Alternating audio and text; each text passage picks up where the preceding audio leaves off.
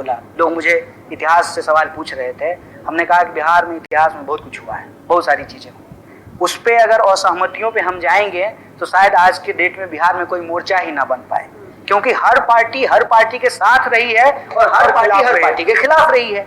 तो उस इतिहास के जो है बिल्कुल वर्तमान पे खड़ा होकर ये सवाल पूछ रहा हूँ कन्हैया कुमार, तेजस्वी यादव नेता प्रतिपक्ष, बिहार के तमाम मुद्दों पर आप उनकी सक्रियता पर क्या कोई टिप्पणी करना चाहेंगे? आपने खुद जनगण मन यात्रा निकाली, अपनी सक्रियता दिखाई। हाँ, नहीं देखिए, तेजस्वी ने तो ऐसी कोई यात्रा नहीं निकाली, नहीं हर जिले में जाके। नहीं, उन्होंने भी एक यात्रा निकाली थी। अब वो अलग बात है कि वो सीए एनआरसी नहीं था, वो बिहार के रोजगार के सवाल पे था, उनकी भी एक यात्रा निकली थी। बाद में फिर लॉकडाउन हो गया, नहीं तो चिराग पासवान की भी यात्रा निकलने वाली बिहार फर्स्ट, बिहारी फर्स्ट 14 अप्रैल को। वो तो देखिए, जो राजनीतिक गतिविधि होती है और हर पार्टी अपने अपने तरीके से करती है, मैं उस पर टिप्पणी नहीं करना चाहता हूँ। यही तो लोग कह रहे हैं कि कन्हैया कुमार तेजस्वी यादव पे टिप्पणी करने से बचते हैं। नहीं। अपनी वाक्पटुता का इस्तेमाल करके दाएं बाएं से निकल जाएंगे। बड़ा सवाल है, बड़ा प्रश्न है, बड़े मुद्दे हैं, इसको देखिए उसको देखिए, लेकिन तेजस्वी यादव के राजनीतिक नेतृत्व पे कन्हैया कुमार कोई तल्ख टिप्पणी नहीं करते हैं। ये बात बार बार कही जाती है। देखिए सर, एक बात आपको कह देते हैं, पिछले कुछ सालों में इस देश में हुआ क्या है कि सत्ता को छोड़ करके विपक्ष से इतना सवाल पूछा गया है कि लोगों को भी ये लगने लगा है कि विपक्ष से ही सवाल करना लोकतंत्र है।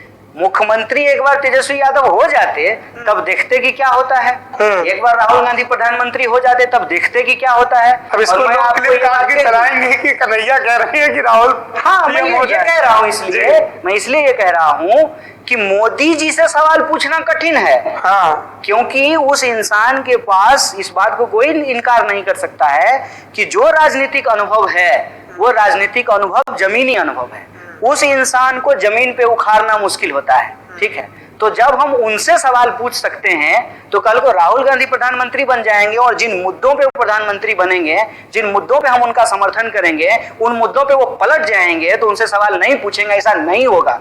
लेकिन मैं उस परिपाटी में नहीं घुसना चाहता हूं, मैं उस खेल का हिस्सा नहीं होना चाहता हूं कि प्रधानमंत्री कौन है उनसे सवाल ना पूछ करके प्रधानमंत्री कौन बनेंगे उनसे सवाल पूछा जाए। कन्हैया कुमार, एक राजनीतिक कार्यकर्ता के तौर पर जब आप किसी दल के साथ अलायंस करते हैं तो स्वाभाविक सी बात है कि नेतृत्व से जुड़े सवाल पूछे जाएंगे। अलायंस हम लोग तेजस्वी जी से नहीं कर रहे हैं, उनकी पार्टी से कर रहे हैं। जो पार्टी तेजस्वी को मुख्यमंत्री कैंडिडेट डिक्लेयर कर चुकी है, वो पार्टी तो करेगी ही करेगी। हाँ। अगर सपोज कीजिए कि हमारी पार्टी आरजेडी की तरह ही बड़ी होती, हाँ। इस बात को मतलब ऐसा नहीं कि हम तो कन्हैया कुमार भी सीएम कैंडिडेट होते हैं। नहीं, केरल में हमारी पार्टी है ना सरकार में, हाँ। वहां हम आरजेडी को टिकट दे देंगे, आरजेडी को मुख्यमंत्री कैंडिडेट मानेंगे? नहीं मानेंगे ना जी। तो जहां जो पार्टी होती है, जो बड़ी पार्टी होती है, जो बड़े घटक दल होते हैं, वो अपने आप को असर्ट करती है, वो बाय डिफॉल्ट उस पार्टी का सीएम कैंडिडेट होता है। अब वो पार्टी डिसाइड करे कि वो किसको सीएम बनाना चाहती है, सीएम जो बन करके आएगा हमको उससे मतलब है। और हमारा कॉमन मिनिमम प्रोग्राम, आप मुझे बताइए, मनमोहन सिंह प्रधानमंत्री होंगे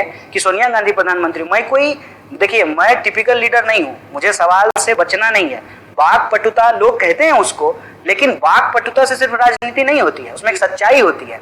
2004 में जो सरकार बनी थी यूपीए की, तय था कि कौन प्रधानमंत्री होंगे? लोग तो यही कह रहे थे कि सोनिया प्रधानमंत्री होंगी। आप मानते हैं कि विदेशी जो है महिला को प्रधानमंत्री बनाने का समर्थन कर रहे हैं। ये सवाल हम लोग इतिहास में ऑलरेडी झेल चुके हैं, ये नया सवाल नहीं है।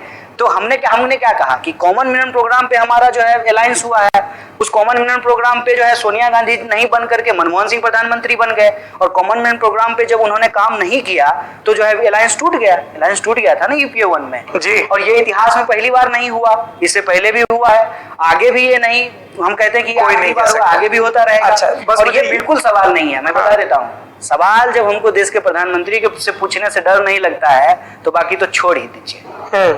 जो हमारी समझ है, जो हमारी विचारधारा है, उस पे हम मुखरता से बोलेंगे। तेजस्वी यादव कैसे नेता है? देखिए, तेजस्वी यादव के बारे में बार बार लोग ये सवाल पूछते रहते हैं कि जो है वो एक जो है विरासत लेकर के आए हैं, उनका अपना कोई राजनीतिक अनुभव नहीं है, ये वो पूछते आए हैं। ये उस पार्टी का इंटरनल मामला है।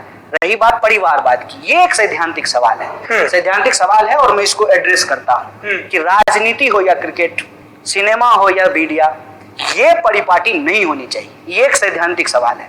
लेकिन बात यह है कि इससे बचा हुआ कौन है? कौन बचा हुआ है, हमको बता दीजिए।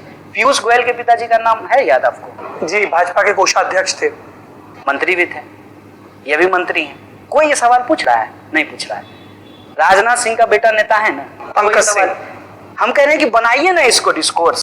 सबसे पहले हम आगे होकर के उसके पक्ष में खड़ा होंगे और हम उस दिन पलट जाएंगे जब हमारा बेटा होगा। हाँ, लोग यही कहते हैं कि कन्हैया क्या करते हैं कि जो सवाल सीधे उनके ऊपर आ रहा है जिसमें उनको एक स्टैंड लेना है, हाँ। अगर स्टैंड लेना तो स्टैंड लेंगे, नहीं तो उसको एक बड़े डिस्कोर्स में तब्दील कर देंगे। हाँ, आइए बहस करते हैं, सब पे बहस करते हैं, तो एकदम सवाल को बहुत बड़ा बना देंगे। परिवारवाद इस देश की हकीकत है और सिर्फ राजनीति नहीं।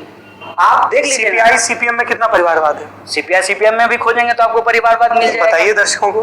क्योंकि सत्ता में ये है ही नहीं, पावर में ये आए ही इसलिए चर्चा नहीं होती। इसलिए अब चर्चा नहीं होती है। एक बार पावर में आ जाए ना तो चर्चा होगी, और चर्चा हुआ था। मैं आपको बताऊं जी, हमारे पार्टी के जो जनरल सेक्रेटरी हैं डी राजा, इनकी बेटी जब पहली बार एआईएसएफ से चुनाव लड़ रही थी दिल्ली यूनिवर्सिटी की, नहीं दिल्ली यूनिवर्सिटी की, और जो है हजारों में वोट आया था, तो यही कहा गया था कि ये इसलिए इनको पार्टी टिकट दी है क्योंकि इनके पिताजी एमपी, उस वक्त वो एमपी थे। अच्छा, सवाल उठा था, लेकिन ये हकीकत नहीं थी।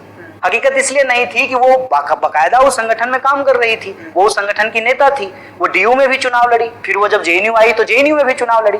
तो परिवारवाद के सवाल को भी ना पार्टी में होता है, बड़ा कन्वीनियंटली उठाया जाता है। और बड़ा कन्वीनियंटली जो है उसको एक मोड़ कर दिया जाता है। हम कहते हैं कि इस पे एक सहमति बने ना। नहीं, इसमें जैसे इंटरव्यू देखने वाले ये पूछेंगे ना कन्हैया कि जय शाह पर आपने तुरंत पांव ऊपर रखा, सवाल पूछा, आपका अधिकार है, बिल्कुल, लेकिन तेजस्वी यादव के सवाल पे तुरंत आप दाएं बाएं। अब उनको बना दीजिए ना मुख्यमंत्री, उनसे सवाल पूछा जाएगा। आप बनना चाहते हैं मुख्यमंत्री? कौन? हम? आपने कहा